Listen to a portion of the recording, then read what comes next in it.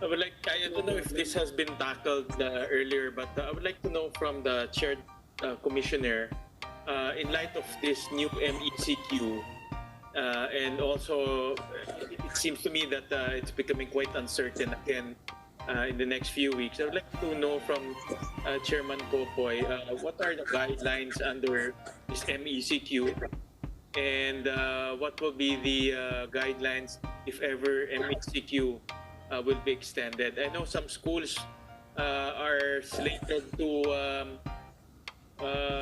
take enrollment or open this time around, no? But I think this MECQ flew out of the plan. So I just want to get some updates from Ched as to the guidelines under MECQ and moving forward, whatever the situation will be. Under IATF rules, if it is MECQ, there can be no face-to-face classes. So no face-to-face classes at all in MECQ. The policy adopted by the IATF for the opening of classes last May 13 was that it will be a rolling enrollment based on the delivery mode. So universities that are using full online, they can open as early as June. So some of them have. Ateneo has, De La Salle Pinil has opened 20 degree programs fully online. So wala tayong problema to sa online. Those that will be using flexible mode na blended learning, they can open in August. And then the decision of IATF was those who will need significant face-to-face can open September or later. But remember, that was in May, and the data on the health situation in May is different from the data now. So we will have to revise that in the IATF to move that portion of significant face-to-face to make sure that the students are safe. So ang umaandar pa lang na mode ngayon, yung full online at saka yung flexible na online and offline. But no face-to-face policy exists. Now, the IATF has also adopted a policy that for MGCQ areas, there will be the option of face-to-face so long as they coordinate with local governments, they comply with health protocols, and they comply with CHED guidelines. We have crafted the guidelines already, Mr. Chair. We have consulted both the public and private universities.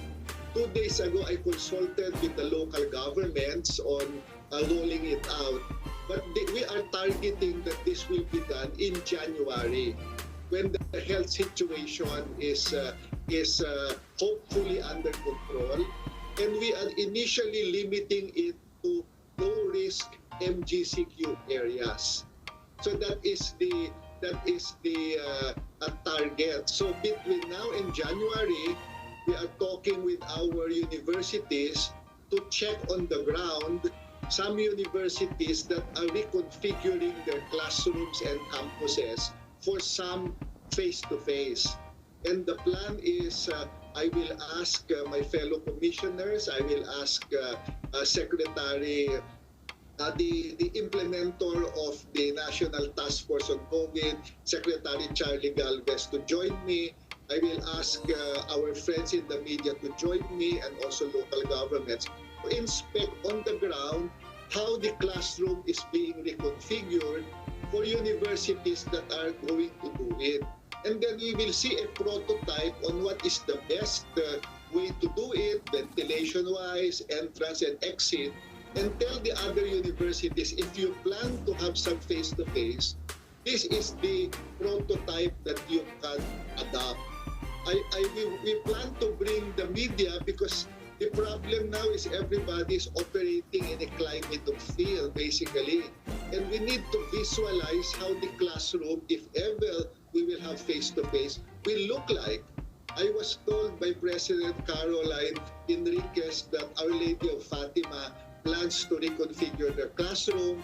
STI has also told me. So at the appropriate time, when they are ready to show how they have re-engineered their classroom, I will go on the ground together with Secretary Galvez to see if it is a workable option, and then prepare it for the second semester. So realistically, even if this was approved by the IATF, realistically the rollout would be on the second semester because of the health situation that we have right now. Chair Popoy, so in short, as long as it's MECQ, wala pong face-to-face. There will be no face-to-face. Now, if, Yes. if the situation improves, for example, it becomes GCQ, are the universities and colleges given the discretion to implement, let's say, a flexible learning type of approach, may face-to-face and online under GCQ? Yung GCQ, wala pa. Ang in-approve lang ng IATF is under MGCQ. Now, MGCQ. Yes, sa GCQ, wala pang approval. So, no face-to-face, no possibility of face-to-face until GCQ. Yung MGCQ, there is a policy already, but we are crafting the guidelines for that. Ang MGCQ, do you allow face-to-face? Ang MGCQ?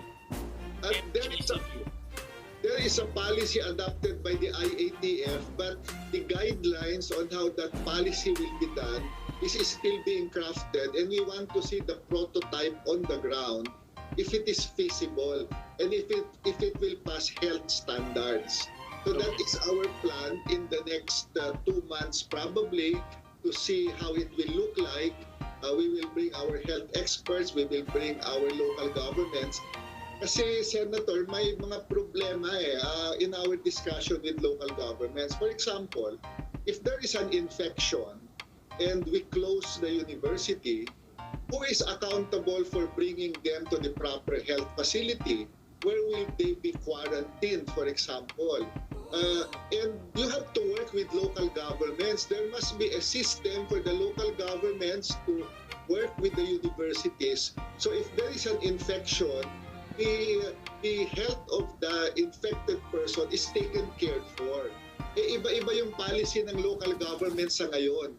So that is an area that we have to really look at and make sure that accountability mechanism is in place. Who pays for the testing? Where will they stay for the quarantine? Will we require the health universities to have isolation rooms in the meantime while a student, a faculty or employee, is sick? These are things that we still have to go into detail and consult with the local governments and the universities. So, hindi self-executing yung policy adopted by the IATF, because it says there, in compliance with CHED requirements or CHED guidelines, and the guidelines are still being formalized now. Pero, Chairman, meron na tayong mga areas na under MGCQ and GCQ. May mga areas tayo na nasa GCQ ngayon. No? So, yes. Ano ang sinusundan nilang guidelines?